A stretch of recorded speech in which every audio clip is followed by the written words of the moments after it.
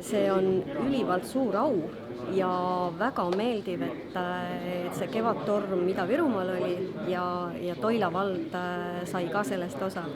Aga igal juhul on tagasiside väga positiivne.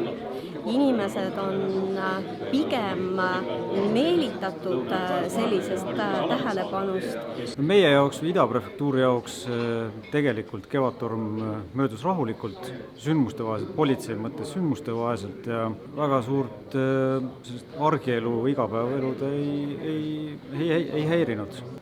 Meil on väga positiivne tagasiside, et see info, mis me nendega kohtumisel rääkisime, et kus meil on altkaevandatud ala, kus on ohtlikud maad, kuhu meil on puid istutatud, kuhu tohib minna, kuhu ei tohi minna, et väga hästi nagu peeti nendest lubadustest kinni.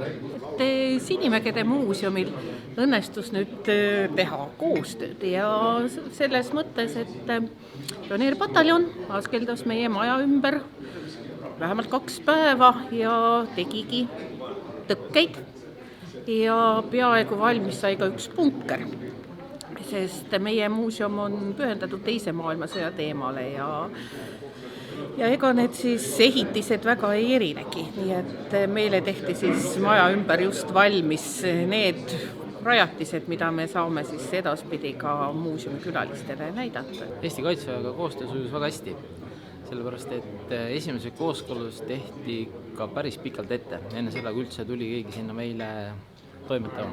Ja erinevad üksused väga viisakalt meili peale tulid kõik küsimused ja kõik vastused, mis me andsime, sobisid. Ma arvan, et mille pärast üldse see tänavaastane üritus silma hakkas, oli see, et te olite rahvale palju lähemal, teid oli palju rohkem näha.